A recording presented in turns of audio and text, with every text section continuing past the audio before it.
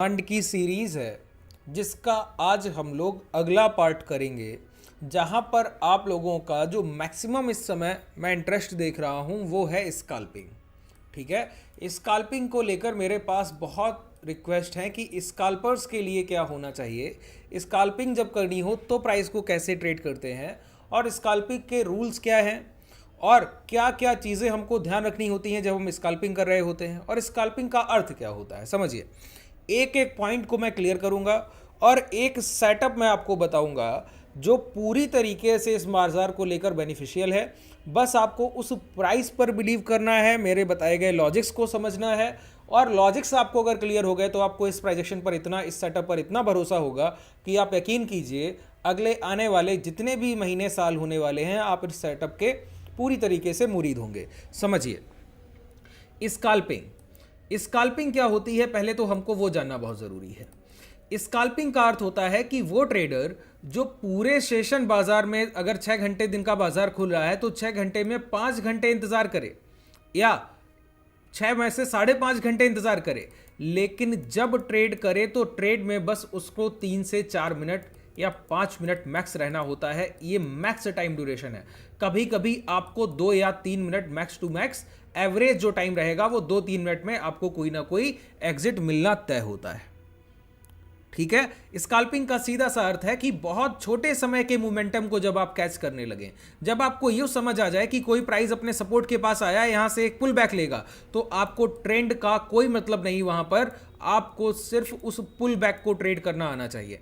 जब कोई प्राइस अपने रेजिस्टेंस के पास पहुंचा, आपको पता है यहां से रिट्रेसमेंट आएगा, तो प्रीवियस ट्रेंड क्या है इससे आपको कोई फर्क नहीं पड़ता, आपको बस इस रिट्रेसमेंट को किसी तरीके से ग्रैब करना आना चाहिए, वो अपॉर्चुनिटी आपको लेनी आनी चाहिए। तो स्काल्पिंग में एक बात बहुत क्लियर हो गई, स्काल्पिंग में हमारे एसएल एरिया बहुत छोटे होने चाहिए। ठीक है, अच्छा, एक तकलीफ तो यहीं पर आ गई पहले जब मैंने कहा स्टॉप लॉस एरिया छोटा होना चाहिए। क्यों आ गई तकलीफ बताइए? एसएल एरिया तब छोटा होगा जब आपका टाइम फ्रेम 5 मिनट है या 10 मिनट है। तो सोचिए, आज की ही अगर मैं 5 या 10 मिनट के टाइम फ्रेम की बात करूं, यहां पर आ जाइए, तो आप देखेंगे तो आपको पता लगेगा कि एक एक कैंडल का, इस कैंडल का फॉर्मेशन 46,000 से लेकर 45,700, इस एक कैंडल का फॉर्मेशन 46,110 से लेकर 46,265 तक। जब एक एक कैंडल के फॉर्मेशन 180 पॉइंट के हैं तो मेरा एसएल एरिया कैसे छोटा होगा?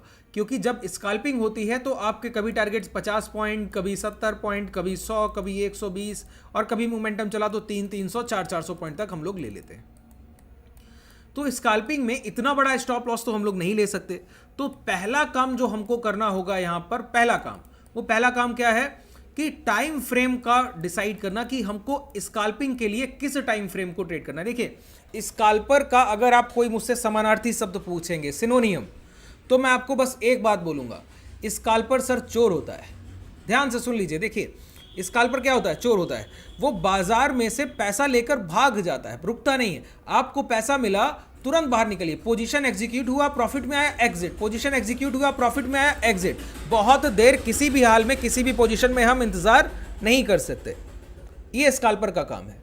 अब स्काल्पिंग के लिए हमको एग्जैक्ट एंट्री पॉइंट, देखिए, जब बैंक निफ्टी का इंडेक्स एक कैंडल 300 पॉइंट के बना रहा हो, ऐसे समय में 5 मिनट में 300 पॉइंट का जिस प्राइस में मोमेंटम आ रहा हो, ऐसे प्राइस में 40-50 पॉइंट्स के एसएल प्लान करना। इंडेक्स में जब आप स्ट्राइक प्राइस कॉल या पुट बाई करेंगे इसके अकॉर्डिंग, तो वो एसएल आपका 5 पॉइंट, 8 पॉइंट या मैक्स टू मैक्स 10 पॉइंट, इससे बड़ा स्टॉप लॉस नहीं होता है। उसके अगेंस्ट में टारगेट आपको कभी 30 पॉइंट मिल गया, कभी 40, कभी 50 ऐसे मिलता है। ठीक है, तो हमको क्या करना है कि इतने छोटे स्टॉप लॉस के साथ काम करना है। 40-50 पॉइंट, ये भी ज्यादा बोल रहा हूं, कभी कभी 20-20 पॉइंट का बैंक निफ्टी में स्टॉप लॉस जाएगा। और जब इतना छोटा आपका एसएल एरिया होगा तो उसके लिए एक चीज बहुत जरूरी हो जाती है, क्या? कि वो जो एसएल एरिया तभी छोटा हो सकता है जब आपकी एंट्री परफेक्ट हो, जब आप बिल्कुल प्राइस को उसके टॉप पर पकड़ लें या जहां से मोमेंटम की शुरुआत हो वहां पकड़ लें या बॉटम पे पकड़ लें, तभी एसएल एरिया छोटा होगा। उसके अलावा तो कोई कारण है नहीं। तो हमको एक ऐसा प्राइजेक्शन सेटअप चाहिए जहां पर स्टॉप लॉस एरिया को बहुत छोटा रखा जा सके, हमारी एंट्रीज लगभग परफेक्ट हो कि जहां एंटर करें वहीं से प्राइस का मोमेंटम की शुरुआत हो जाए। ठीक है, और टारगेट एसएल के अकॉर्डिंग 1:4। ध्यान रखिए, मैं 1:2 की बात नहीं कर रहा हूं। आप स्काल्पर हैं सर, स्काल्पर का काम है कि 1 रुपए का मुनाफा, 1 रुपए का रिस्क कहीं ले रहा है तो कम से कम 4 रुपए कमाएगा, इससे पहले तो मानेगा नहीं। क्यों? वो 1 रुपए का रिस्क बहुत छोटा लेता है। 20-25 पॉइंट का रिस्क लिया, 80-90 पॉइंट 100 पॉइंट मिले तुरंत बाहर, तो 4-5 गुना तुरंत मिलता है। ठीक है, तो देखिए इसके लिए सबसे पहला जो हमको काम करना होगा, उसके लिए हमको अपने टाइम फ्रेम को बहुत अकॉर्डिंगली डिसाइड करना होता है। देखिए मैं पर्सनली आपको बताऊं तो अगर आप 30 सेकंड का टाइम फ्रेम यूज करें, क्या कह रहा हूं, 30 सेकंड टाइम फ्रेम।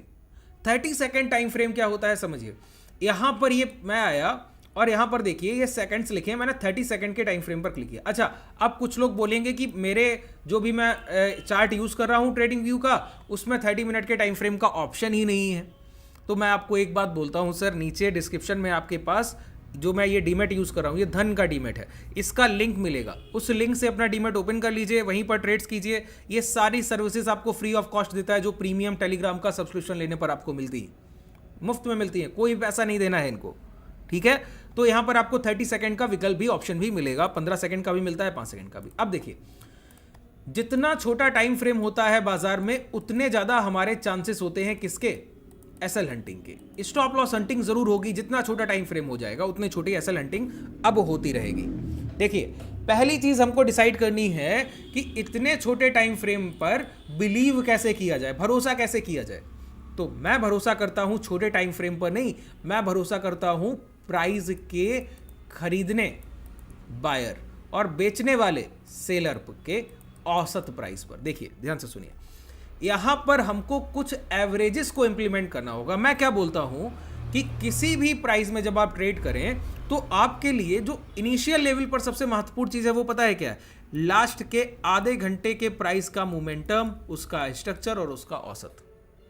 3 का आंकड़ा बहुत महत्वपूर्ण होता है, मैंने कई बार आपको बताया। 30 का आंकड़ा, 3 का आंकड़ा, पिछले 3 दिन का प्राइस एक्शन जैसा हुआ होगा वही प्राइस कहीं ना कहीं आज के सेशन को रिपीट करते हुए आगे बढ़ता है, बताया ना, वही सेटअप्स बन रहे होंगे, वही प्राइस खुद को रिपीट कर रहा होगा। 3 बार सपोर्ट को रिटेस्ट किया जाता है, उसके बाद प्राइस वो ब्रेक होने की संभावना बढ़ जाती है। 3 बार रेजिस्टेंस को टेस्ट किया जाता है, उसके बाद प्राइस की ब्रेकडाउन होने की पॉसिबिलिटी बढ़ जाती है। तो 3 का आंकड़ा बहुत महत्वपूर्ण है। इसी तरीके से मैंने कहा लास्ट 30 मिनट का अगर आप स्ट्रक्चर देखें प्राइस का और उसका मोमेंटम देख लें, और अगर आप आखिरी के 30 मिनट का औसत निकाल पाएं, तो इससे बेहतर आपके पास कोई चीज नहीं। अच्छा, मैं क्या करूंगा, 30 का औसत, पिछले 30 मिनट का एवरेज मुझे लेना है। मैं टाइम फ्रेम कौन सा यूज कर रहा हूं, देखिए बिल्कुल लॉजिकल बात कर रहा हूं। मैं टाइम फ्रेम कौन सा यूज कर रहा हूं, 30 सेकंड। अच्छा, 30 सेकंड का एक कैंडल बनता है और मुझे पिछले 30 मिनट का एवरेज प्राइस चाहिए, तो मुझे कितने ड्यूरेशन का एवरेज लेना होगा, 60 कैंडल का औसत लेना होगा ना। अच्छा, 60 कैंडल का SMA, सिंपल मूविंग एवरेज। मैं आपको एक बात बोलता हूं, अगर आप 60 की जगह जो हम लोग बेसिकली एवरेज यूज करते हैं 50 को यूज करें और हमको लगभग वही वैल्यू मिले जो 60 की मिलेगी, कैसे मिल सकती है, अगर हम 50 का एक्सपोनेंशियल मूविंग एवरेज यूज करें, वो भी हम लोग एग्रेसिवली यूज करें ट्रेंड के साइड। अभी इन सारी चीजों को मैं क्लियर करूंगा, एक पॉइंट से एक पॉइंट जोड़ दूंगा, ठीक है। और ट्रेंड अगर समझना है और छोटे छोटे से पॉइंट्स जो मैं आपको बोलता हूं वो नहीं समझ आते हैं, तो नीचे डिस्क्रिप्शन में आपके पास टेलीग्राम का लिंक है, उसको आप ज्वाइन कर सकते हैं। वहां पर आपको कई सारे वीडियोस के लिंक मिलेंगे, जो मैंने सेशंस पहले किए उनको 1 बाय 1 आप देखेंगे तो कई सारे कॉन्सेप्ट आपके क्लियर हो जाएंगे, ठीक है। तो 50 के औसत को हम यूज करेंगे एक्सपोनेंशियल में और ट्रेंड के साथ। अगर ट्रेंड लोअर साइड है तो हम 50 एक्सपोनेंशियल हाई को यूज करने वाले हैं, और अगर ट्रेंड हायर साइड है तो हम 50 एक्सपोनेंशियल लो को यूज करने वाले हैं। ये मैंने आपको बेसिक स्ट्रक्चर बता दिया। अच्छा, ट्रेंड को कैसे डिसाइड किया जाएगा, ये कैसे तय होगा, ट्रेंड को 2 तरीके से डिसाइड किया जाएगा। एक चीज आपको यहां पर इसके साथ करनी है, वो क्या है, इसी के साथ मेजर, जिसको मदर ऑफ मूविंग एवरेज बोलते हैं। मदर ऑफ मूविंग एवरेज किसको बोलते हैं सर, 200 के मूविंग एवरेज को। किसको बोलते हैं, 200 के मूविंग एवरेज को मदर ऑफ मूविंग एवरेज बोलते हैं, ठीक है। तो 200 के अगर EMA को अगर आप साथ में लेकर चलेंगे तो आपको एक ट्रेंड का आइडिया हमेशा रहेगा। अगर प्राइस 200 के EMA हाई के नीचे ट्रेड कर रहा है तो शॉर्ट करना है, EMA लो के ऊपर ट्रेड कर रहा है तो लॉन्ग कर रहा है। लेकिन ये हमको डिसाइड करना होगा एक्सपोनेंशियल हाई रखना है या एक्सपोनेंशियल लो, ये पहले समझ लेते हैं। देखिए, हम लोग 30 सेकंड के टाइम फ्रेम को ट्रेड कर रहे हैं और हम लोग हैं स्काल्पर। स्काल्कर का मतलब हुआ कि जो प्राइस में प्रीवियस ट्रेंड है उससे हमको कोई फर्क नहीं पड़ता, हम चोर हैं, बीच में जो पैसा मिलेगा उसको काट कर भागेंगे। तो स्काल्पिंग मात्र एक बाजार में ऐसी टेक्निक हुई जहां पर प्रीवियस ट्रेंड का बहुत फर्क नहीं पड़ रहा है, बस मोमेंटम का फर्क पड़ रहा है कि मोमेंटम है किस साइड। अच्छा, मोमेंटम कैसे तय होता है जरा ये समझिए, ध्यान से सुनिएगा, एक एक पॉइंट को मैं अब क्लियर करूंगा। देखिए, कोई प्राइस 46,000 और 45,800 इस 200 पॉइंट के जोन में ट्रेड कर रहा है, ठीक है, और ये 5 मिनट के टाइम फ्रेम में आपने आइडेंटिफाई किया कि प्राइस एक जोन को ट्रेड कर रहा है। ये साइडवेज मार्केट है, 200 पॉइंट का जोन है। अगर इसी जोन में 30 मिनट के टाइम फ्रेम को आप यूज करें और जब प्राइस लो के पास पहुंचे और वहां से टर्न अराउंड होने लगे, इसका मतलब है सपोर्ट के पास से प्राइस टर्न अराउंड हो रहा है। तो 30 सेकंड के टाइम फ्रेम पर ये 200 पॉइंट का मोमेंटम हमारे लिए एक बड़ा मोमेंटम है कि नहीं है, जब हमारा एसएल एरिया छोटा है कि नहीं। तो एक साइडवेज मार्केट में भी हम लोग मोमेंटम ट्रेड को एग्जीक्यूट कर सकते हैं, ये संभव है स्काल्पर के लिए और किसी के लिए नहीं, ना स्विंग ट्रेडर के लिए, ना पोजिशनल ट्रेड, किसी के लिए पॉसिबल नहीं, ठीक है। इसी तरीके से कोई प्राइस, अब ये जो मोमेंटम है इसको हम कैच कैसे करते हैं, देखिए प्राइस नीचे आया होगा, ऊपर जा रहा होगा, फिर नीचे आएगा, ये है तो basically choppy market, sideways market है। लेकिन 30 सेकंड के टाइम फ्रेम पे आपको समझ में आता है कि ये एक इनिशियल मोमेंटम 200 पॉइंट का मोमेंटम भी अगर छोटे टाइम फ्रेम पर जाकर ट्रेड किया जाए तो ट्रेडेबल है, क्योंकि हमारा 20, 25, 30 पॉइंट का एसएल होगा यहाँ पर, और टारगेट अगर दे गया तो 100 पॉइंट दे जाएगा, 200 पॉइंट रेजिस्टेंस तक पहुंचने से पहले पहले दे जाएगा, इतना दूर तक तो होल्ड भी नहीं करना है। तो हमको यहां पर कमांड करनी होगी। देखिए, हमको बस 2 चीजों का ध्यान रखना है। कोई प्राइस अगर हायर हाइस के फॉर्मेशन कर रहा है, हायर हाइस का फॉर्मेशन कि प्राइस 100 से 101 गया और 101 रुपया, 100 रुपया 80 पैसे तक आया और 101 को ब्रेक कर दिया, अब हमको बस 50 EMA लो यूज करना, कुछ नहीं सोचना है प्रीवियस ट्रेंड क्या था, मोमेंटम क्या चल रहा था, कुछ भी नहीं सोचना है। एक बार प्राइस ने अपना प्रीवियस हाई ब्रेक किया, अब हमको 50 एक्सपोनेंशियल लो को यूज करना है लॉन्ग करने के लिए। बात क्लियर हो गई। इसी तरीके से अब ये प्राइस इस तरीके से चलता रहा, ठीक है, हायर हाइज, हर बार एक हाई को ब्रेक कर नया हाई बन रहा है, हर हाई को ब्रेक कर नया हाई बन रहा है। इसके बाद प्राइस पलटता है, टर्न अराउंड होता है, अब ये लोअर लोज के फॉर्मेशन की तरफ बढ़ रहा है। लोअर लोज के फॉर्मेशन इन द सेंस कि प्राइस यहां से नीचे आया लोअर लेवल की तरफ और एक लो लगाया, फिर ऊपर गया तो हाई को लास्ट तो ब्रेक नहीं किया, लेकिन लास्ट लो को ब्रेक कर दिया। अब तुरंत हम लोग शिफ्ट हो जाएंगे 50 EMA हाई की तरफ, 50 EMA हाई।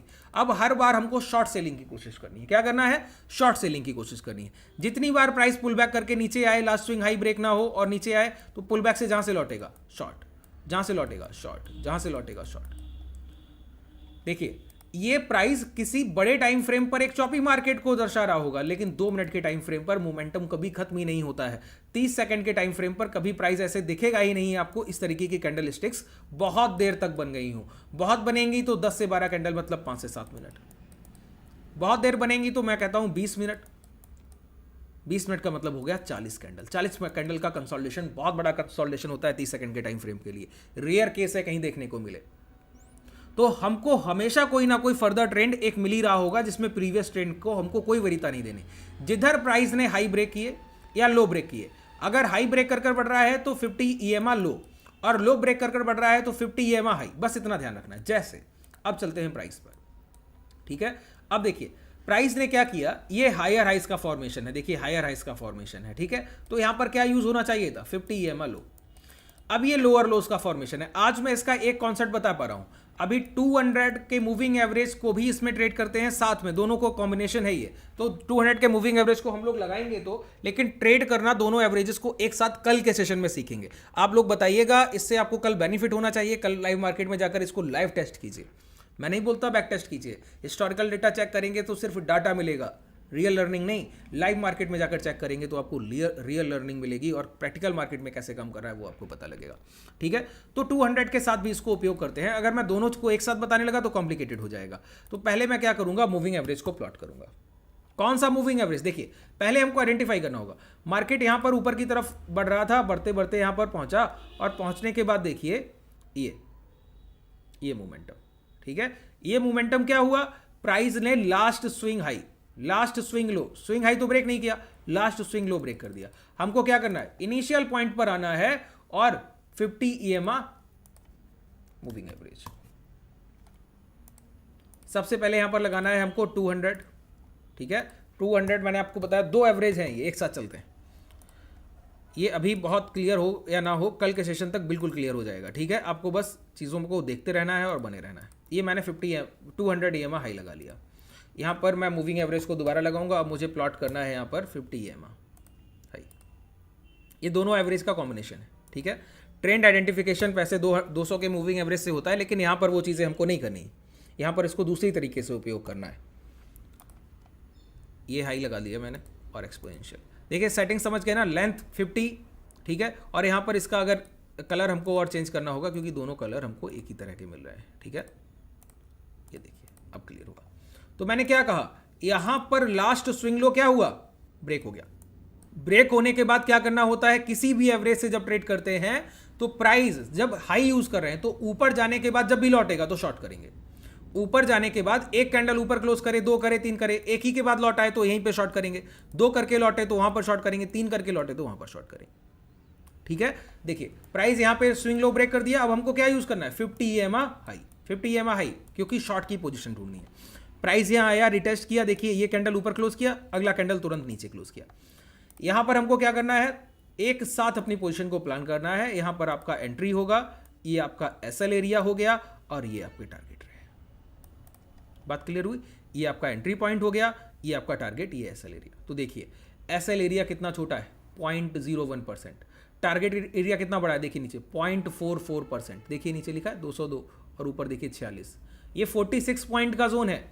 यहाँ पर अभी मैं इसको इन्वर्टेड करके करता तो ये आपका जो रेड दिखा रहा है ये ग्रीन दिखेगा, लेकिन हम लोग समझने के लिए इसको बस उपयोग कर रहे हैं कि ये इतना जो आपका स्टॉप लॉस एरिया है वो इतना सा मात्र जोन है, ये जोन, और टारगेट एरिया ये जोन है। तो मैंने क्या कहा, 1:4, एक के बदले 4 कमाने की इसमें कोशिश करनी, ठीक है। अब देखिए प्राइस लोअर लोस के फॉर्मेशन में, लोअर लोस के फॉर्मेशन में, लोअर लोस के फॉर्मेशन में, यहां पर हाई ब्रेक हो गए।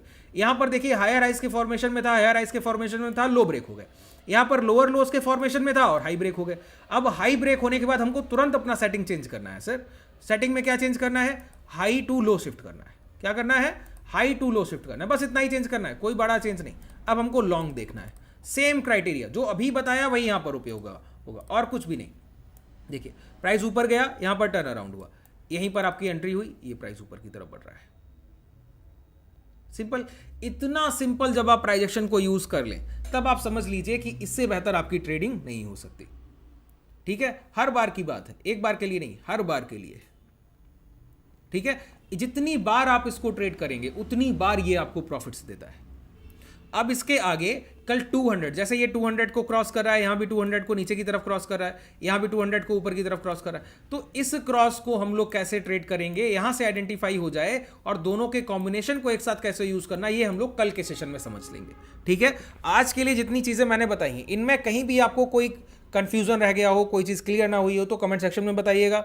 आप हमसे जुड़ना चाहें तो डिस्क्रिप्शन में आपके पास टेलीग्राम व्हाट्सएप ग्रुप का लिंक है, उससे जुड़ सकते हैं। और ये 30 सेकंड 15 सेकंड के टाइम फ्रेम को अगर आप उपयोग करना चाहते हैं तो डिस्क्रिप्शन में ही आपके पास धन के डीमेट का, जो डीमेट मैं ये यूज़ कर रहा हूँ, इसका भी लिंक है, इसको भी आप ओपन कर सकते हैं। धन्यवाद।